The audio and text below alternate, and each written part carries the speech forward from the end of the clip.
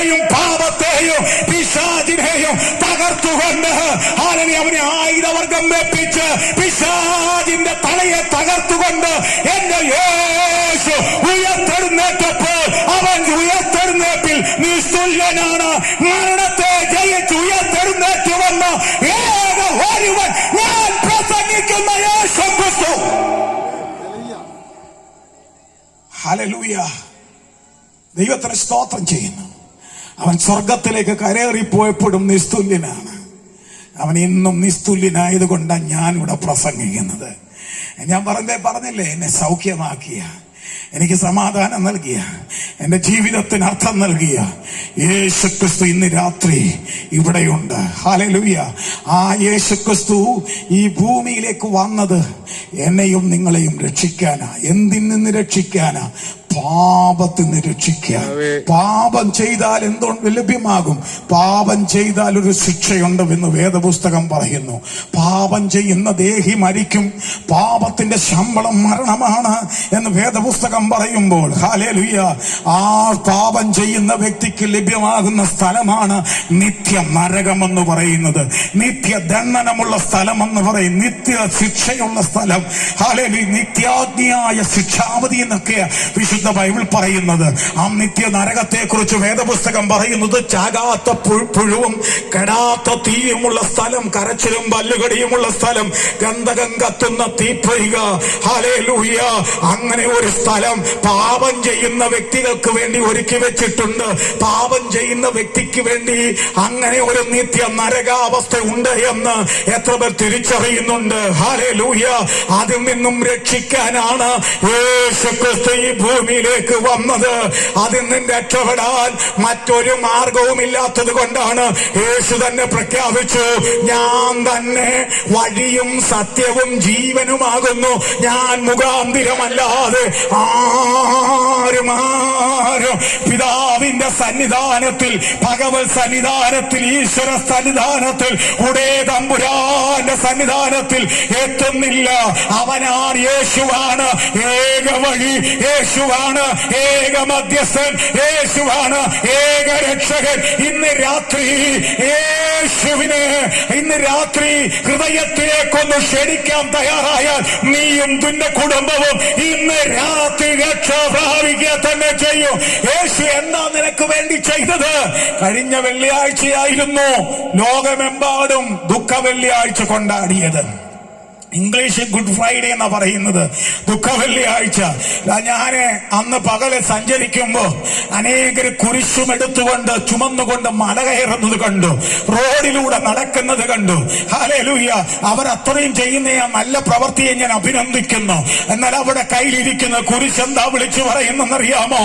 മാനവരാശിക്ക് വേണ്ടി തകർക്കപ്പെട്ട, ഹല്ലേലൂയ, ജീവൻ നൽകിയ യേശുവിനെയാണ് അത് ഉയർത്തി കാണിക്കുന്നത്. കുരിശല്ല വലുത്, കുരിശിനകത്ത് നിനക്ക് വേണ്ടി തകർക്കപ്പെട്ട യേശുവാണ് വലുത്. ഒരു നാമയും പറയാനെത്തവർക്ക് കഴിയും, ഒന്ന് ശക്തമായി ദൈവത്തെ സ്തുതിക്കാൻ കഴിയുന്നവർക്ക് കഴിയും. ഞങ്ങൾ ഇന്ന് രാത്രി കുരിശിനെ, ഹല്ലേലൂയ, ഞങ്ങൾ അവഗണിക്കുന്നില്ല. ആ കുരിശ്, ക്രൂശിന്റെ വചനം, ആ കുരിശിനെ ഞങ്ങൾ ഉയർത്തുന്നു. പക്ഷേ കുരിശ് ഞങ്ങൾക്ക്, ഹല്ലേലൂയ, അടയാളമാണ്. എന്നാൽ ആ ക്രൂശ് വിളിച്ചു പറയുന്നു, ആ ക്രൂശിന്മേൽ മാനവരാശിയുടെ രക്ഷയ്ക്കായി, ഓ യേശുവേ, ഇവിടെയുള്ള കുടുംബങ്ങളെ, ഇവിടെയുള്ള വ്യക്തികളെ, നിങ്ങൾക്ക് വേണ്ടി രക്ഷകനായി ഒരുവൻ ഇറങ്ങി വന്നതിന്റെ ചരിത്രമാണ് ആ ക്രൂശ് വിളിച്ചു പറയുന്നത്. ആമേൻ. ഹല്ലേലൂയ.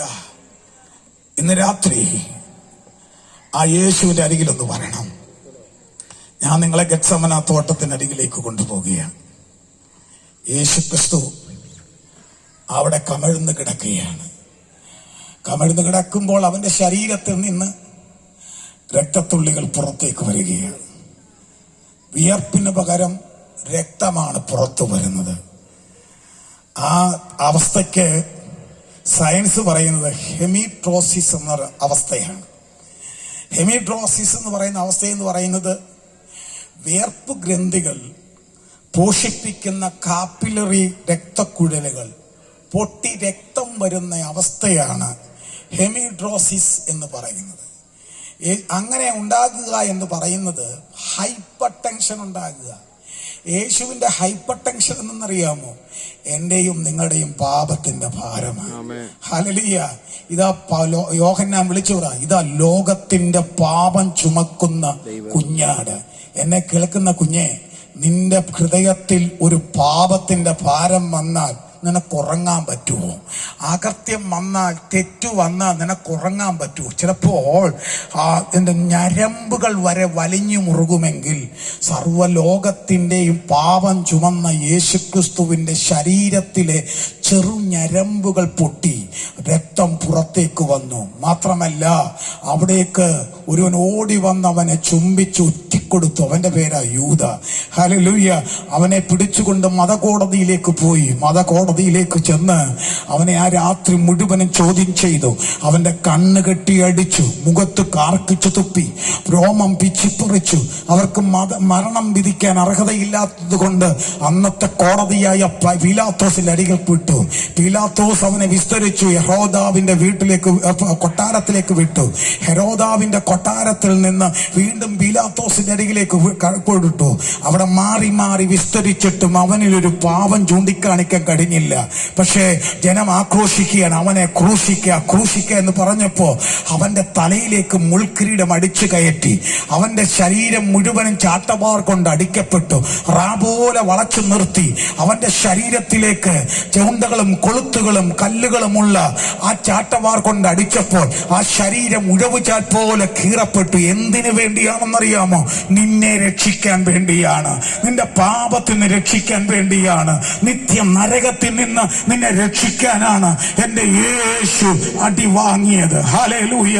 എനിക്ക് കുറെ മുമ്പ് കർത്താവിന്റെ ദാസൻ മനോഹരമായൊരു പാട്ട് പാടി, ക്രൂശിന്മേൽ ക്രൂശിന്മേൽ എന്ന് തുടങ്ങുന്നൊരു ഗാനം താൻ പാടാനിടയായി. ഹല്ലേലൂയ. ജനം ആക്രോശിച്ചപ്പോ അവന്റെ പുറത്തേക്ക് ഭാരമുള്ള ഒരു കുരിശെടുത്ത് വെച്ചു.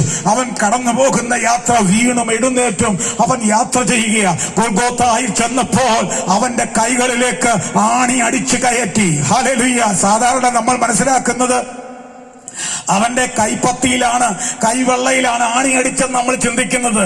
പക്ഷെ ഞാൻ അടുത്തിടയിൽ കേട്ട പ്രഭാഷണവും പുസ്തകവും പറയുന്നത് കൈയുടെ ഈ ഭാഗത്തായിട്ട് ഒരു അസ്ഥി ഇങ്ങനെ അകന്നിരിപ്പുണ്ട്. അതിലേക്ക് ഞരമ്പുകൾ ബ്ലോക്ക് ചെയ്താണ് അവനെ ആണി അടിച്ചത്. അപ്പോൾ എന്ന് പറയുമ്പോ അവന്റെ രക്തത്തിന്റെ ആ സഞ്ചാരത്തെ നിർത്തിക്കൊണ്ടാണ് ഹല്ലേലൂയ ആ ആണി അടിച്ച് കയറ്റിയത്. ആണി അടിച്ചിട്ട് അടുത്ത കുരിശിന്റെ ആ തളത്തിലേക്ക് ആണി അടിക്കാൻ കൊണ്ടുപോകുന്ന അവിടെ ഒരു ദ്വാരമുണ്ട്. അവിടേക്ക് ആ കയറിട്ട ശരീരം ആ കയറിട്ട് കൈ വലിച്ചു വെച്ചിട്ട് ടെമ്പറാക്കിയിട്ടാണ് ആണി അടിക്കുന്നത്. രണ്ട് കാലുകൾ തളർത്തിയിട്ട് കാലിന്റെ മേൽ ഒരു കാൽ വെച്ചിട്ട് ആണി അടിച്ച് കയറ്റി അവനെ ആ ഭൂമിയില് ആ കുഴിക്കകത്തെ കുടുമ്പോ അവന്റെ ശരീരത്തില് ഏപ്പുകൾ മുഴുവനും വിട്ടുപോകും. അങ്ങനെ കിടക്കുന്ന ഒരാൾക്ക് ശ്വാസമെടുക്കാൻ പറ്റില്ല. അങ്ങനെ വേദനപ്പെട്ട് അവന്റെ അകത്ത് കിടക്കുന്ന അവയവങ്ങൾ പിടച്ചു. ഒടുവിൽ ചെന്ന് ഒരുവൻ വിലാപ്പുറത്തേക്ക് കുന്തം കുത്തി കയറ്റിയപ്പോ അവന്റെ ഹൃദയത്തിന്റെ അറ്റത്ത് കിടന്നിരുന്ന ആ രക്തവും വെള്ളവും പുറത്തു വന്നു. അതുകൊണ്ട് ഞാൻ വിളിച്ചു പറയുന്നത്, മാനവരാശിയെ രക്ഷിക്കാൻ യേശു അവസാന തുള്ളി രക്തം വരെ നിനക്ക് വേണ്ടി ഒഴുക്കി നൽകി. ആ രക്തത്തിന്റെ വില എന്തെന്നറിയാമോ? യേശുവിന്റെ രക്തം സകല പാപവും പോക്കി നമ്മെ ശുദ്ധീകരിക്കുന്നു. നോക്കുക, ഒരു വെള്ളത്തിനും കഴുകാൻ പറ്റാത്ത, ഒരു ദ്രാവകത്തിനോ എണ്ണയ്ക്കോ അല്ലെങ്കിൽ നേർച്ച കാഴ്ചകൾക്കോ കഴുകാൻ പറ്റാത്ത പാപത്തെ ഈ രാത്രി കഴുകുന്ന പരിശുദ്ധ രക്തമാണ് എന്റെ യേശു നിനക്ക് വേണ്ടി ഒഴുക്കി നൽകിയത്. ഇന്ന് രാത്രി ആ യേശുവിനെ കർത്താവും രക്ഷിതാവുമായി സ്വീകരിപ്പാൻ തയ്യാറായാൽ ദൈവത്തിന് സ്തോത്രം ചെയ്യുന്നു. ഈ രാത്രി നിനക്ക് വിടുതൽ പ്രാപിക്കാൻ കഴിയും. ദൈവത്തിന് സ്തോത്രം ചെയ്യുന്നു. സഹോദരങ്ങളെ, എന്നെ കേൾക്കുന്ന പ്രിയപ്പെട്ടവരെ, ഞങ്ങളുടെ ഈ പ്രസംഗത്തിന് വലിയ പ്രസക്തിയില്ലെങ്കിലും ഈ പ്രസംഗത്തിന് പ്രസക്തിയുണ്ട്. പാപത്തിലായിരിക്കുന്ന ഏത് വ്യക്തിക്കും അവന്റെ അടുക്കൽ വരാം. രക്ഷ പ്രാപിക്കാൻ ആഗ്രഹിക്കുന്ന ഏത് വ്യക്തിക്കും അവന്റെ അടുക്കൽ വന്നാൽ ഇന്ന് രാത്രി അവൻ വിടുതൽ നൽകാൻ പോകുകയാണ്. നാട്ടുകാരെ, പ്രിയപ്പെട്ടവരെ, അയൽക്കാരെ, ഇന്ന് രാത്രി ഞങ്ങൾ താഴ്മയോടെ വിളിച്ചു പറയുന്നു, പാപത്തിൽ നിന്ന് നിങ്ങളെ വിടുവിക്കുന്ന ഒരുവൻ, രക്ഷ നൽകുന്ന ഒരുവൻ. പൗലോസിനോടും ശീലാസിനോടും ഒരുവൻ വിളിച്ചു ചോദിച്ചു, രക്ഷ പ്രാപിക്കാൻ ഞാൻ എന്തു ചെയ്യണം? അവൻ തിരിച്ചു നൽകുന്ന മറുപടി, കർത്താവായ യേശുവിൽ വിശ്വസിക്കുക, എന്നാൽ നീയും നിന്റെ കുടുംബവും രക്ഷ പ്രാപിക്കും. ഈ രാത്രി രക്ഷ പ്രാപിക്കാൻ യേശുവിന്റെ അരികിലേക്ക് വരുവാൻ എത്ര പേർക്ക് ആഗ്രഹമുണ്ട്? ഒരു നിമിഷം കണ്ണുകടച്ച് നമുക്ക് അതാത് സ്ഥലങ്ങളിൽ നിന്ന് എഴുന്നേറ്റ് നിൽക്കാം. എല്ലാവരും ഒന്ന് എഴുന്നേറ്റ് നിന്നാട്ട് ഇന്ന് രാത്രി ഞങ്ങൾ നിങ്ങളെ ആഹ്വാനം ചെയ്യുകയാണ്. അടുത്തടുത്ത് നിൽക്കുന്ന ആളുകൾ ഒന്ന് കരം കോർത്ത് പിടിച്ചെന്ന് പ്രാർത്ഥിക്കാവോ? രക്ഷിക്കപ്പെട്ട ആളുകൾ കരങ്ങളെ കോർത്ത് പിടിച്ച് പ്രാർത്ഥിക്കണം. നമ്മൾ കരങ്ങൾ കോർത്ത് പിടിച്ച് പ്രാർത്ഥിക്കുമ്പോൾ ഈ ദേശത്ത് നമ്മൾ നോക്കി ചുരുക്കം പേരെന്ന് തോന്നുമെങ്കിലും ദൈവപ്രവൃത്തി നടക്കാൻ പോവുകയാണ്. ഈ ദേശത്തൊരു ദൈവപ്രവൃത്തി നടക്കാൻ പോവുകയാണ്. ഈ വചന ശുശ്രൂഷ മൂലം ചില ജീവിതങ്ങൾ രക്ഷപ്പെടാൻ പോവുകയാണ്. സഹോദര സഹോദരി, ആത്മഹത്യയല്ല പരിഹാരം. ഈ രാത്രി നിന്റെ ആത്മഹത്യ മണ്ഡലത്തിൽ രക്ഷിക്കുന്ന, നിന്റെ കുടുംബ ജീവിതത്തിലെ തകർച്ചയെ രക്ഷിക്കുന്ന, നിന്റെ കുടുംബത്തെ രക്ഷിക്കുന്ന, നിന്റെ ജീവിതത്തെ രക്ഷിക്കുന്ന യേശുവിന് നിന്റെ ഹൃദയം കൊടുക്കാൻ പറ്റുമോ? യേശുവേ, അങ്ങ് എന്റെ ഹൃദയത്തിലേക്ക് വരണമേ എന്ന് ഈ രാത്രി ചോദിച്ചാൽ അവൻ ഇന്ന് രാത്രി നിന്നെ വിടുവിക്കാൻ വേണ്ടി വരികയാണ്. ഹല്ലേലൂയ. ചേർന്ന് പാടിയാട്ടെ. കാൽവരി മലമേൽ നോക്കുനീ, കാൽവരി മലമേൽ നോക്കുനീ,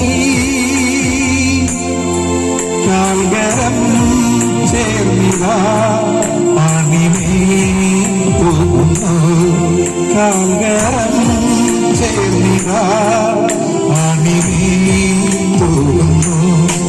രക്ഷിതാവിനെ കാണുക പാവി, രക്ഷിതാവിനെ കാണുക പാവി, നിന്റെ പേരല്ലയോ ക്രൂശിന്മേൽ പോകുന്നു, നിന്റെ പേരല്ലയോ ക്രൂശിന്മേൽ പോകുന്നു. രക്ഷിതാവിനെ കാണുക പാവി, രക്ഷിതാവിനെ കാണുക പാവി, നിന്റെ പേരല്ലയോ ക്രൂശിന്മേൽ പോകുന്നു, നിന്റെ പേരല്ലയോ ക്രൂശിന്മേൽ പോകുന്നു. പാപത്തിൽ ജീവിക്കുന്നവനെ, പാപത്തിൽ ജീവിക്കുന്നവനെ, നിന്റെ പേരല്ലയോ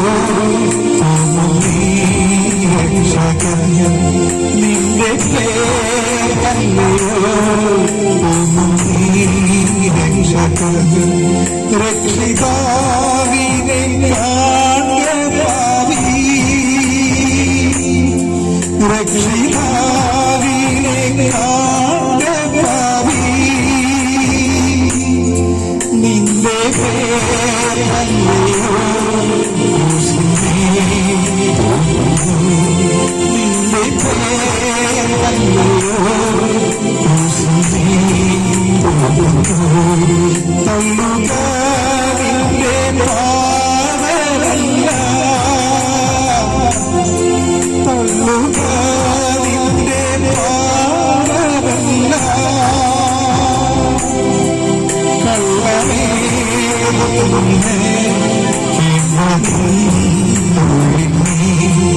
കള്ളമേലുന്നെ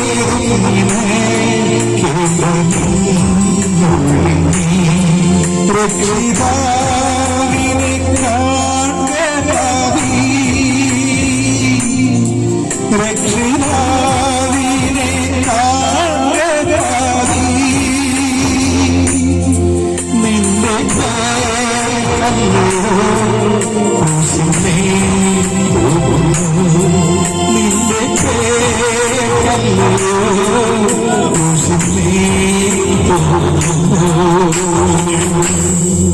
ഞാൻ ഒന്ന് പറഞ്ഞ് ശ്രദ്ധിച്ചു. നിനക്കൊരൊറ്റ ജീവിതമുള്ളേ, യൗവനക്കാരാ യൗവനക്കാരി, ഈ ഭൂമിയിൽ ഒരൊറ്റ ജീവിതമുള്ളൂ. ആസ്വദിക്കാനും ആനന്ദിക്കാനും ഒക്കെയുള്ള ജീവിതമാണ്.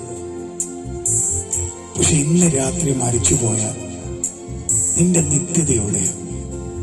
നിന്റെ ആത്മാവ് ഇവിടെ ചെന്ന് ചേരും. നിനക്ക് തുള്ളാൻ കഴിയും, ചാടാൻ കഴിയും, ഡാൻസ് ചെയ്യാൻ പറ്റും, ചിരിക്കാൻ കഴിയും. പക്ഷെ ഈ രാത്രി ദൈവം നിന്റെ പ്രാണനെ ചോദിച്ചാൽ, നിന്റെ ആത്മാവിനെ ചോദിച്ചാൽ നീ എവിടെ ചെന്ന് ചേരുമെന്ന് നിനക്കുറപ്പുണ്ടോ? നിന്റെ ഹൃദയത്തോട് തന്നെ ചോദിച്ചേ, നിന്റെ ജീവിതത്തോട് തന്നെ ചോദിച്ചേ. ഈ ഭൂമിയിലെ ഒരു ആയുസ് മാത്രമേ ഉള്ളൂ. ഇന്ന് രാത്രി നിനക്ക് വേണ്ടി തകർക്കപ്പെട്ട, നിനക്ക് വേണ്ടി കാൽവരി ക്രൂശിൽ യാഗമായി തീർന്ന ആ യേശുവിനെ ഒന്ന് ക്ഷണിക്കാൻ പറ്റുമോ?